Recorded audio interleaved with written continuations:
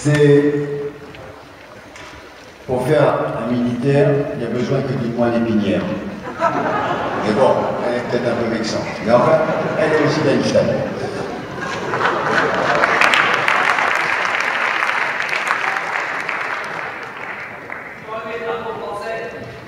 Bon ben, tant pis, on les garde. Je voulais juste commencer par une histoire, parce qu'aujourd'hui on a vécu un moment important au Parlement européen. Je crois que la majorité d'ailleurs des parlementaires qui étaient en session ne se sont pas rendus compte de ce moment important. Je crois que je suis le seul d'ailleurs à avoir applaudi. Et donc on va dire celui-là il est fou.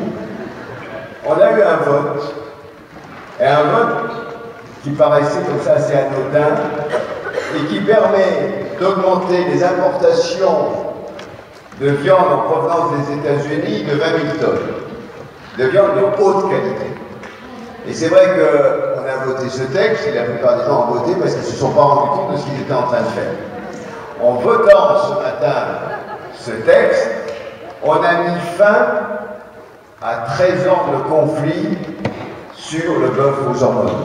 C'est-à-dire qu'avec ce vote, l'Europe, qui s'est battue contre les États-Unis, qui voulaient exporter du bœuf aux hormones, vous vous en rappelez au début des années 90, l'Europe s'est battue et elle a dit non. L'Europe a été sanctionnée, l'Europe a été condamnée par le tribunal de l'Organisation mondiale du commerce, et malgré cette condamnation, malgré la surtaxation de 60 produits européens, dont évidemment le Roquefort, on s'en souvient, eh bien, on a résisté et on a refusé de céder, on a refusé de laisser rentrer le bœuf aux hormones. Eh bien ça, c'est aussi un autre visage de l'Europe. C'est un visage de l'Europe qui assume ses choix. Je vous rappelle qu'en 1989, l'Europe avait interdit l'utilisation des hormones dans l'élevage, suite aux actions qu'on avait commencé à mener depuis 1980. Depuis 1980, on a mené ce combat. En 89, l'Europe a suivi et a interdit. Et quand les États-Unis nous ont attaqués dans le cadre de l'OMC, eh bien, on a tous réagi ensemble. Ça veut dire que ce combat, pour arriver à ce qu'au niveau international, on soit capable de violer une règle de l'OMC qui impose la libre circulation des marchandises selon les choix des normes agro-industrielles, eh bien aujourd'hui l'Europe a dit non à cette logique. Et cette logique maintenant est inscrite dans les rapports de force internationaux. Plus jamais un kilo de viande hormonée ne rentrera sur le territoire européen. C'est 32 ans de combat qui se sont terminés aujourd'hui par ce vote et je voulais vous le faire partager.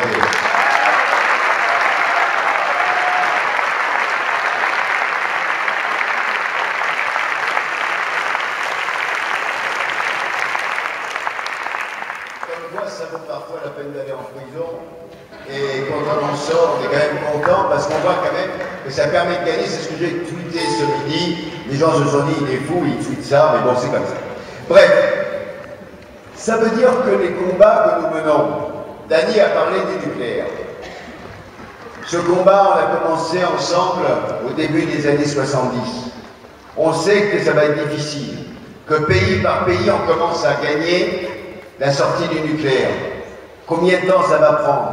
En France, dans combien de temps on va y arriver? Au niveau européen, comment on va mener le débat sur l'énergie? Comment la question de l'énergie, de la transition énergétique deviendra un sujet européen? On n'en sait rien. Mais pour autant, on a commencé ce combat. Et je voudrais effectivement parler de cela. Je crois que c'est aussi important que le rêve. Si on veut mener un combat, il faut qu'on ait un rêve. Dany a expliqué le rêve, moi je vais expliquer le combat. Les deux vont ensemble. Si on veut pouvoir se projeter dans l'avenir, il faut qu'on ait commencé à faire le chemin. Et quand effectivement on a commencé le combat anti-nucléaire, on se disait peut-être qu'on arrivera à empêcher la construction d'une centrale, puis de deux, puis de trois, et puis qu'à chaque fois on gagnera. Et puis, on a eu des échecs. On a été chaque fois renvoyés. On a eu les CRS, on a eu Malville. mais en même temps on a eu Plogov de l'autre côté. Alors on a eu des victoires, mais on a eu plus de défaites. Et malgré cela, on a avancé de manière opiniâtre et on a maintenant plusieurs pays européens qui ont tourné le dos au nucléaire. Il a fallu 10 ans, 20 ans, 30 ans, mais on y est arrivé parce qu'il y avait la mobilisation.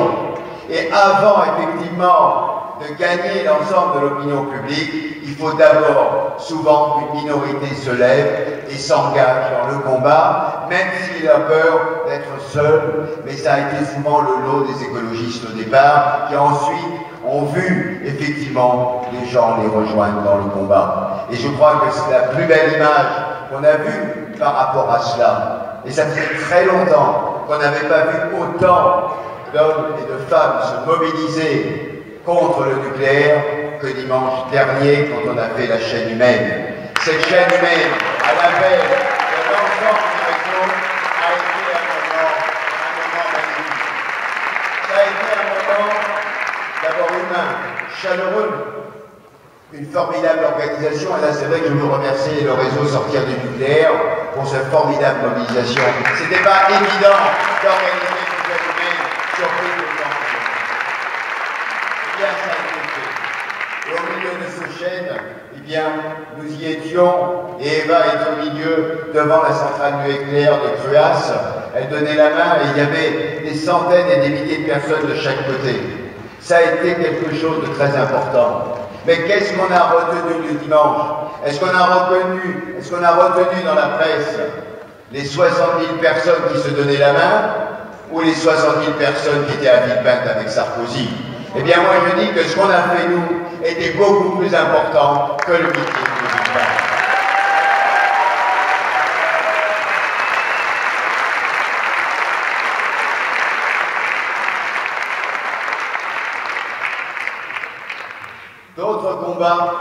D'autres combats aussi ont commencé et font partie de l'identité des écologistes. Nous les avons portés dans la société, souvent aussi de manière minoritaire au départ. Je vous rappellerai que quand on a lancé ce combat, on était peut-être quelques centaines. Et on nous a regardés comme des fous quand en 1996, on a décidé de se lever pour dire on ne veut pas d'OGM dans les champs et dans les assiettes. On nous a pris pour des fous à ce moment-là. Mais aujourd'hui, il n'y a pas un sondage, il n'y a pas un seul débat sans que la majorité des gens interrogés disent on ne veut pas d'OGM dans les champs et dans les assiettes. C'est devenu la majorité. Ce combat, on l'a gagné dans notre monde. Alors si on a été capable de mener ce combat et de le gagner, pourquoi est-ce qu'on ne gagnerait pas celui du nucléaire? C'est la même chose. Il faut qu'on soit capable de construire un rapport de force et de construire une majorité. Sur la question des OGM, nous l'avons fait. Pour autant, est-ce qu'on a définitivement écarté le risque? Non. On n'a pas écarté encore le risque. On a encore cette menace qui nous pend. Et d'abord en France, on est arrivé à faire pression. On est arrivé à inscrire dans le Grenelle de l'environnement l'interdiction des OGM. Et il faut reconnaître à la fois à Nicolas Sarkozy d'avoir eu le courage de le dire et à sa ministre de l'Environnement de le faire. Mais on a été attaqué devant la Cour européenne de justice, on a perdu. Aujourd'hui, on attend un nouveau moratoire. Il y a eu un engagement, mais il n'est toujours pas sur la table.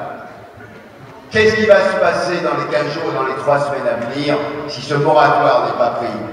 C'est-à-dire que le risque qu'on a aujourd'hui très concrètement, c'est qu'avant la fin de la campagne du premier tour, on ait des OGM à nouveau dans les champs. Alors, on a un mois pour obliger ce gouvernement à tenir sa parole pour mettre en place la nouvelle clause de sauvegarde sur les OGM. Ça dépend aussi de notre mobilisation ici, en tant que militants qui sont venus pour soutenir Eva Joly. Le combat d'Eva Joly, c'est aussi d'obliger ceux qui sont au pouvoir, avant qu'on ait changé cette majorité, de tenir leur parole. Parce que chaque fois qu'on gagne un combat, c'est un pas de plus pour l'écologie. C'est un combat fondamental et nous allons le mener ensemble. Moi, je m'engage de manière très claire, je l'ai déjà dit à Montpellier, c'est que si demain, ce moratoire n'est pas pris, eh bien, avant la fin de la campagne des élections présidentielles et législatives, avec tous ceux qui sont ici, que ce soit en Alsace, que ce soit dans le sud-ouest, nous retournerons dans les champs parce que nous ne laisserons pas fleurir ces...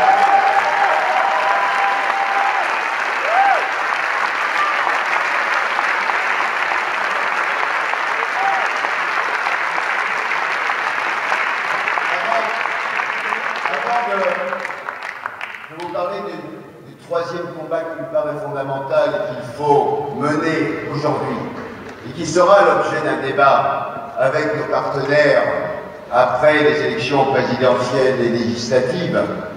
Je vais aller vous entretenir d'un sujet dont personne n'a encore parlé dans cette campagne. On va me dire que ce n'est pas là-dessus que va se faire le choix des Françaises et des Français, mais c'est un choix qui va être aussi important pour des milliers de femmes et d'hommes. Il y a 50 ans, vous vous en rappelez, on en parle tous les jours dans les journaux, à la télévision, à quelques jours près, ce soir, ont été signés les accords d'Évian. Les accords d'Évian, ils signaient la fin de la guerre d'Algérie et ils signaient surtout la naissance d'un nouveau pays, l'Algérie.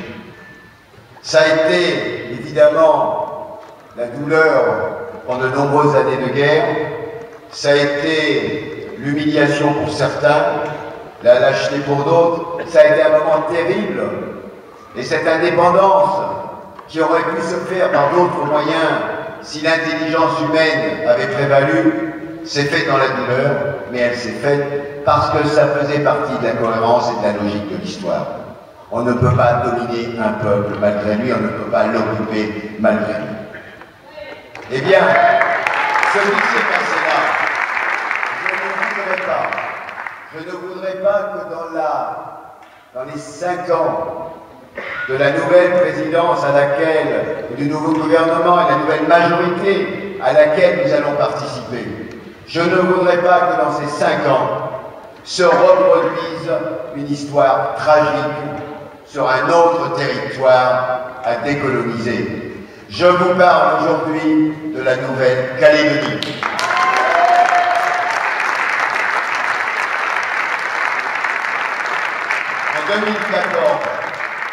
En 2014, doit avoir lieu le référendum sur l'autodétermination en Nouvelle-Calédonie.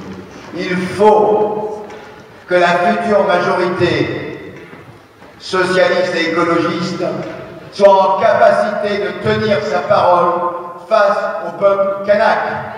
Il faut qu'elle soit capable de dire au peuple kanak: nous allons vous accompagner dans l'indépendance, nous allons assumer notre responsabilité. La France n'a rien à faire à 20 000 km de la métropole. Ce pays ne nous appartient pas. Nous l'avons pris de force en 1853. Nous devons le rendre au peuple autochtone de ce territoire.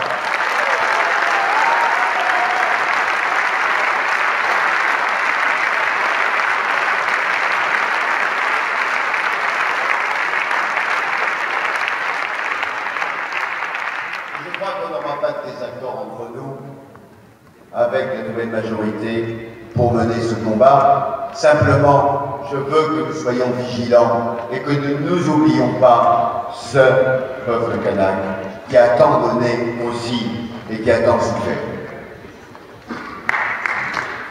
Aujourd'hui, il n'est pas question dans ce combat d'opposer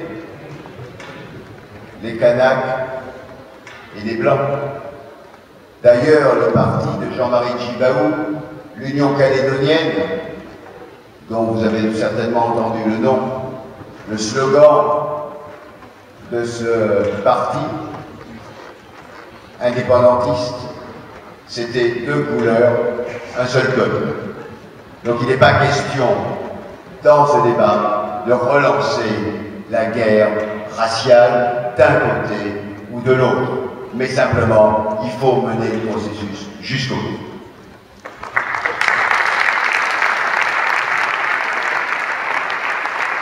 Je terminerai pour pouvoir laisser la place à Eva, parce que vous l'attendez tous et toutes. Je veux simplement vous dire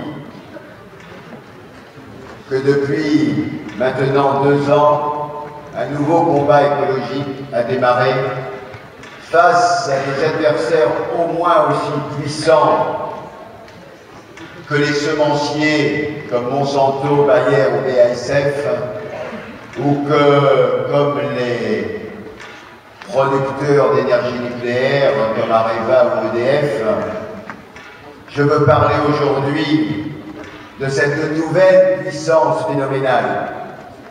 Je veux parler de la puissance des Total, des Halliburton, de tous ces multinationales qui aujourd'hui ont décidé que leur nouvel Eldorado était sous nos pieds, sous forme de gaz emprisonné dans les roches. Aujourd'hui, notre combat écologiste, qu'on soit en Lorraine, qu'on soit dans le sud, qu'on soit en mer, aujourd'hui notre nouveau combat, c'est d'empêcher ces compagnies de détruire nos territoires, de détruire notre eau, pour aller chercher la dernière goutte de pétrole et de gaz. C'est fondamental.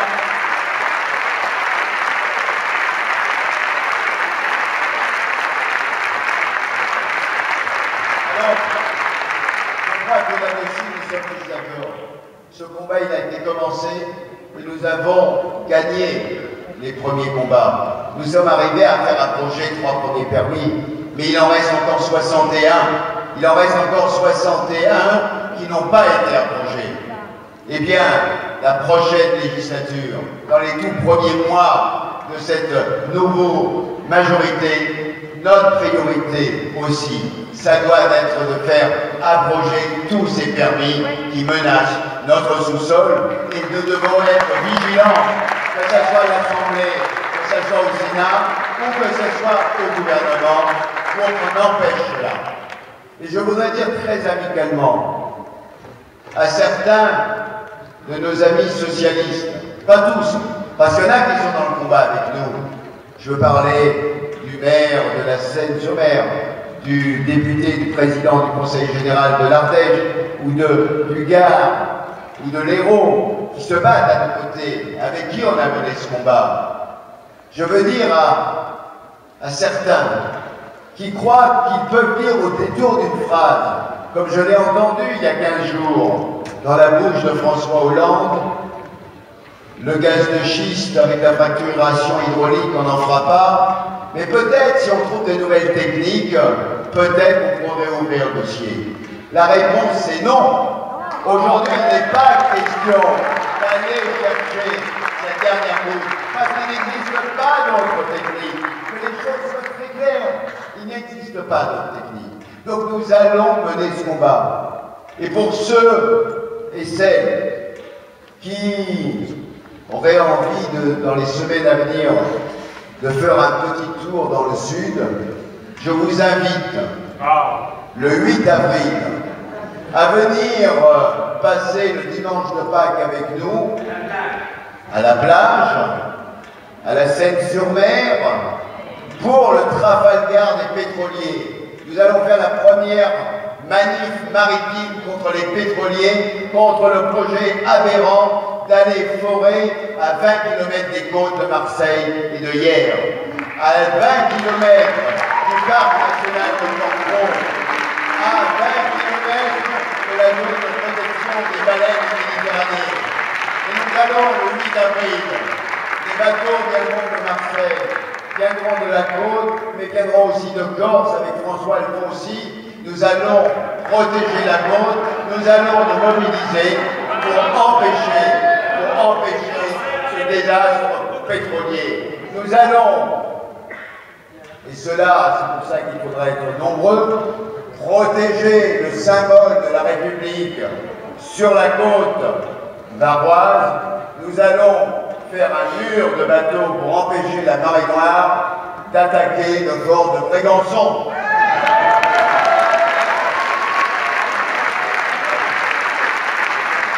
Alors, le 8 avril, après le succès de notre manifestation contre le nucléaire, ça sera un deuxième temps fort de la place de l'écologie dans cette campagne. Je vous appelle donc toutes et tous le 8 avril. Maintenant, ce combat, on peut en parler parce que l'écologie politique existe. Pendant longtemps, moi j'ai été un militant syndical, un militant associatif. Mais si on a voulu mener ce combat, si j'ai accepté de rejoindre Dany, Eva, Cécile et tous les autres, et Jean-Paul et j'en passe, c'est parce que, effectivement, il n'y a pas simplement une issue dans la rue. Il n'y a pas simplement une issue dans les champs. Il faut qu'on fasse un rapport de force aussi au niveau politique. Et pour faire ce rapport de force au niveau politique, eh bien, il faut assumer nos responsabilités. Et qu'est-ce qu'on aurait dit d'Europe Écologie si après avoir signé cet accord, je suis d'accord avec Dany, ce bon accord avec le Parti Socialiste, parce que le rapport de force ne permettait pas d'avoir un meilleur rapport. Eh bien, qu'est-ce qu'on aurait dit si après avoir fait cela, on n'avait pas décidé, et si Eva n'avait pas assumé la responsabilité de se présenter à l'élection présidentielle? On nous aurait dit, évidemment, vous avez fait signer cet accord parce que la seule chose qui vous intéresse, c'est d'avoir des députés et des places au chaud. Eh bien, nous, justement, avec Eva Joly, on assume la responsabilité de se dire, bien qu'on ait fait un accord, bien qu'on a été négocié au maximum de ce qu'on pouvait faire, même si certains ne nous ont pas compris, eh bien on veut aussi que le débat de l'écologie soit dans cette campagne. Et on nous avait dit dès le début, des gens très amables, en nous disant de toute façon, à quoi ça va servir de vous présenter, puisque de toute façon vous avez déjà signé un accord et qu'il y aura des députés à l'Assemblée nationale. Et bien justement parce qu'il faut aussi assumer le débat devant tous les citoyens. Alors on n'est pas dupes, on sait très bien que la machine du vote utile est en marche et que beaucoup de électeurs d'Europe Écologie se disent à quoi ça sert d'aller voter Eva Joly, puisque de toute façon il y aura des députés après. Eh bien à nous qui avons porté les luttes, qui continuons à porter les luttes, d'appeler et de voter Eva Joly, parce que c'est parce qu'il y aura Eva Joly que nos combats aussi seront vus, seront pris en compte et pourront gagner dans les prochains mois et dans les prochaines années. Merci Eva.